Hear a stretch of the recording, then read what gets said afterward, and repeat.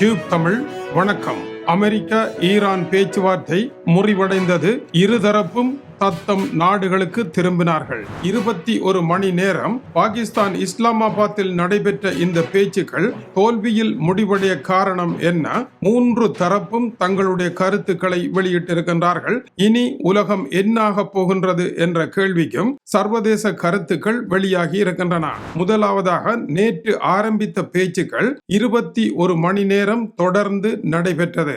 ஆனால் 21 மணி நேரங்களாக பேசியும் இருதரப்பும் ஒரு இணக்கப்பாட்டிற்கு வர முடியாமல் இருந்தமைக்கான காரணம், இருவரிடையேயும் இதயங்களில் மிக ஆழமான புரையோடிய புண் இருப்பதனால் ஆற்ற முடியாமல் இருக்கின்றது என்பதுதான் பொதுமை விளக்கமாகும். இது குறித்து அமெரிக்காவினுடைய உப அதிபர் JD Vance பேச்சுவார்த்தை மேசையை விட்டு வெளியே செல்லுகின்ற பொழுது கூறிய முக்கியமான காரணம், ஈரான் குழு விட்டு கொடுப்பதற்கு தயாரில்லை, அவர்களுடைய பிடிவாதம் காரணமாக நாங்கள் புறப்பட்டு செல்ல வேண்டியதாக இருக்கின்றது என்று குறிப்பிட்டிருக்கின்றார்.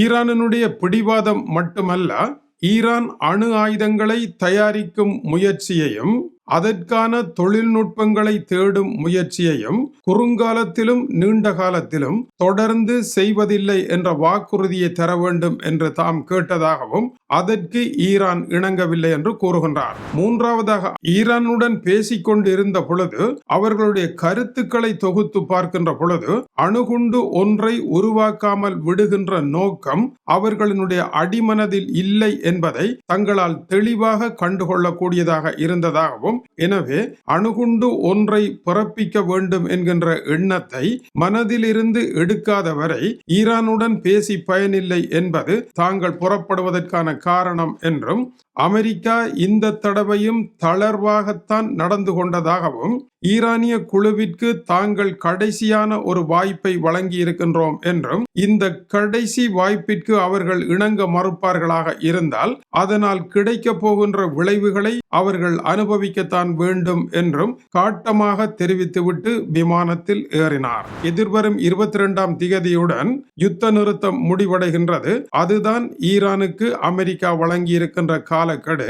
ஆனால் அமெரிக்க குழு புறப்படுவதற்கு முன்னரே ஈரானிய குழு எல்லாவற்றையும் தூக்கி வீசிவிட்டு முதலாவதாகவே புறப்பட்டு சென்று விட்டது. ஈரானிய தூதுக்குழுவின் சார்பில் இஸ்மாயில் பக்காய் இந்த பேச்சுக்கள் முறிவடைவதற்கு முதலாவது காரணம் அமெரிக்காவினுடைய அணுகுமுறைதான் என்று அவர் குறிப்பிடுகின்றார். அதாவது அமெரிக்கா தானே பெரியவன் என்கின்ற ஒரு மேட்டிமைத்தனமான அணுகுமுறையுடன் இந்த பேச்சுவார்த்தையை முன்னெடுக்க முயன்றதே சிக்கல்களின் ஆணி வேராக அமைந்ததாக கூறுகின்றார். இந்த பேச்சுவார்த்தை முறிய வேண்டும் என்கின்ற விருப்பத்துடன் தான் அவர்கள் வந்தார்கள் என்றும், முதலாவது நாளிலேயே ஒப்பந்தம் ஒன்றை தொடுவோம் என்று தாங்கள் எதிர்பார்க்கவில்லை என்றும், இரண்டாவதாக தீவிரமான விவாதங்கள் நடைபெற்றதாகவும் அது மிகவும் காரசாரமாக இருந்ததாகவும் அவர் குறிப்பிடுகின்றார். இதில் சில நல்ல முடிவுகளும் இருந்ததுதான், ஆனால் அதை வெளிப்படையாக சொல்ல முடியாது என்றும் குறிப்பிட்டார். மூன்றாவதாக, அமெரிக்காவினுடைய நியாயமற்ற கோரிக்கைகள் தான்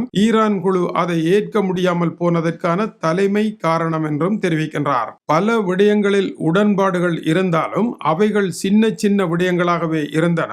3 முக்கிய விடயங்களில் உடன்பாடு எட்டப்படவில்லை என்றும் ஈரான் குறிப்பிட்டிருக்கின்றது. அந்த 3 முக்கிய விடயங்கள் எது அவர்கள் தெரிவிக்கவில்லை, ஆனால் அது உலகறிந்த ரகசியம்தான். முதலாவது, யுரேனியம் செறிவூட்டல், அதை அமெரிக்காவிடம் ஒப்படைத்தல். இரண்டாவது, ஈரானுடைய ஏவுகணை தொழில்நுட்பம் அதி தீவிரமாக இருக்கின்றது, அதை நிறுத்துவது. மூன்றாவது, கோர்முஸ் நீரிணையில் ஈரானுடைய கட்டுப்பாடுகளை தளர்த்துவது. இந்த 3இல் இணக்கப்பாடு ஏற்பட முடியாது என்பது உலகம் முன்னரே அறிந்த விடயமாகவே இருந்தது.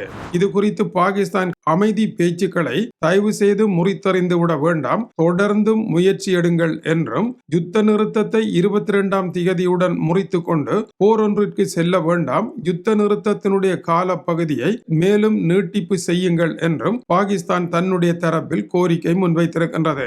யுத்த நிறுத்தத்தை நீடிப்பு செய்வார்களாக இருந்தால் கோர்முஸ் நீரிணையை இயல்பாக கொண்டு வருவதற்கான கால அவகாசம் கிடைக்கும், அது உலகம் பெருமூச்சு விடுவதற்கு வாய்ப்பாக அமையும் என்பதும் பாகிஸ்தானினுடைய நிலைப்பாடாக இருக்கின்றது. இனி என்ன நடைபெறும்? 3 முக்கிய விடயங்கள் ஆபத்தாக இருப்பதாக மேலை நாட்டு செய்திகள் கூறுகின்றன. முதலாவது, போர் நிறுத்தமானது மயிரிழையில் ஆடிக்கொண்டு இருக்கின்றது. ஈரானினுடைய முழு நாகரிகத்தையும் அழித்தொழிப்பேன் என்கின்ற டொனால்ட் ட்ரம்ப் 22ஆம் திகதி அந்த வேலையை ஆரம்பிப்பாரா என்ற சந்தேகம் எழுந்திருக்கின்றது. அல்லது 22ஆம் திகதிக்கு முன்னரே தாக்குதலை ஆரம்பிப்பாரா தெரியவில்லை. பேச்சுவார்த்தை முறிவடைந்திருக்கின்ற காரணத்தினால் 22ஆம் திகதி வரையும் காத்திருக்க வேண்டும் என்கின்ற அவகாசமும் இல்லாமல் போய்விடுகின்றது. அதேவேளை இஸ்ரேல் தாக்கினால் ஈரான் தாக்குகின்ற நிலைமையும் இருக்கின்றது. எனவே இந்த யுத்த நிறுத்தத்தை இப்பொழுது 22ஆம் திகதி வரை தாக்கு பிடித்து வைத்திருப்பதே பெரும் பாடாக இருக்கின்றது. இரண்டாவதாக, ஹோர்முஸ் நீரிணை பூரணமாக திறக்கப்படுவது தள்ளி போகின்ற நிலை ஏற்பட்டிருக்கின்றது. இது பெட்ரோல் டீசல் விலைகளை சர்வதேச அரங்கில் உயர்த்த போகின்றது. இந்த செய்தி வந்த உடனேயே கைவரிசையை காட்டுவதற்கு பலர் முயற்சி எடுத்திருப்பார்கள் என்பதை மறப்பதற்கு இல்லை. மேலும் இந்த பேச்சுக்களை முறித்துக் கொண்டு வெளியேறியவர்கள் மீண்டும் ஒருமுறை சந்திப்பதற்கான திகதி ஒன்றை ஏற்படுத்தாமலே சென்றிருப்பதனால் இது திறந்த வழியாக இருக்கின்றது. என்ன நடைபெறப் போகின்றது என்பது தெரியவில்லை. மூன்றாவது, அடுத்த கட்ட பேச்சுக்களுக்கான திகதி அறிவிக்கப்படாவிட்டாலும் கூட ஜேடி வேன்ஸ் கடைசி சந்தர்ப்பத்தை ஈரானுக்கு வழங்கி இருப்பதாக கூறியிருப்பதனால் அவர்கள் 22ஆம் திகதி வரை இதை பாவிப்பதற்கான வாய்ப்பு வழங்கப்படுகின்றது என்கின்ற ஒரு பொருளை கொள்ளுவதற்கு இடம் இருக்கின்றது. இந்த இடத்தில் கதாநாயகனாகிய டொனால்ட் ட்ரம்ப் என்ன முடிவெடுக்க போகின்றார் என்பதை ஜேடி வேன்ஸ் குழுவினர் அமெரிக்கா சென்ற பின்னர் அவர்களுடன் பேசிய பின்னர் அவருடைய கருத்து வரும் என்று எதிர்பார்க்கப்படுகின்றது. இதனுடைய விளைவுகள் எப்படி இருக்க போகின்றன? ஈரானை பொறுத்தவரையில் அமெரிக்கா கொடுத்திருக்கின்ற கடைசி சலுகையை ஏற்க முடியாது என்று கூறி கடைசி நாளையும் முடித்து அதற்கு அடுத்த நாளுக்கும் காத்திருக்கும் என்பதுதான் யதார்த்தமாக இருக்கின்றது. இப்போதைய விளைவுகள் புயலுக்கு முந்திய வானம் போல இருக்கின்றது. இனி புயல் வீசுவதற்கான ஆபத்து இருக்கின்றது. இதனுடைய விளைவுகள் எப்படி இருக்கும் என்றால், அடுத்த கட்ட போர் ஒன்று ஆரம்பித்து விடுமாக இருந்தால் இதை போல அதை நிறுத்த முடியாது. முதலில் 12 நாள் போரை நிறுத்தினார்கள், பின்னர் 38 தின போரை நிறுத்தினார்கள். இனி வருவது 3வது போராக இருக்கும். 3வது போரும் 3வது உலக மகா யுத்தமும் ஒன்றாக பின்னி பிணைந்திருக்குமா என்கின்ற அச்சம் நிலவி கொண்டிருக்கின்றது. 3வது போரை வரவிடாமல் தடுப்பதற்கு உலகின் வல்லரசுகள் இணைந்து நிற்கின்றதா என்றால் வல்லரசுகளுக்கு இடையே பெரும் பிளவு காணப்படுவதனால் உலகத்தை காப்பாற்றுகின்ற வல்லமையை அவர்கள் இழந்திருக்கின்றார்கள் என்பதும், அந்த பலவீனமான ஒரு நிலையில் இந்த போர் மிகப்பெரிய வெடிப்புகளை ஏற்படுத்தலாம் என்பது அச்சமாக இருக்கின்றது. இந்த பேச்சுவார்த்தையில் அடிப்படை குறைபாடு ஒன்று இருக்கின்றது.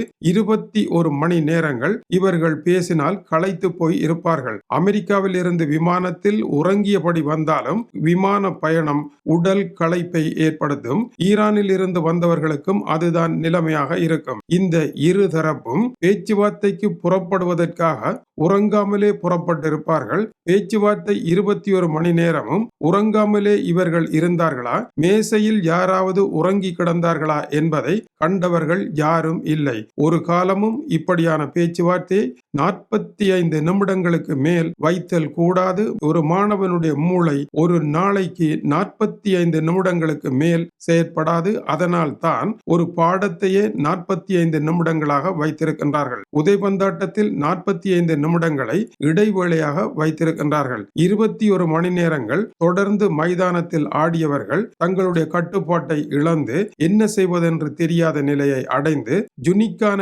எந்த சிந்தனையும் இல்லாமல் குளறுபடி வேலைகளை செய்து கொண்டுதான் செல்வார்கள். 21 மணி நேரங்கள் சொல்லி இருக்கின்ற செய்தி 21ஆம் நூற்றாண்டில் இழைக்கப்பட்ட இமாலய தவறு இந்த 21 மணி நேரங்கள் என்பதை நாளைய உலகம் பேசினால் அதில் ஆச்சரியப்பட எதுவும் இல்லை. தொடர்ந்து இணைந்திருங்கள். மேலும் சூடான செய்திகள், இதன் பின்னணியில் நடைபெற்ற மர்மங்கள் வந்து கொண்டிருக்கின்றன. இது டியூப் தமிழனுடைய உலக செய்திகளுக்காக டென்மார்க்கில் இருந்து கீசே துறை. வணக்கம் உறவுகளை.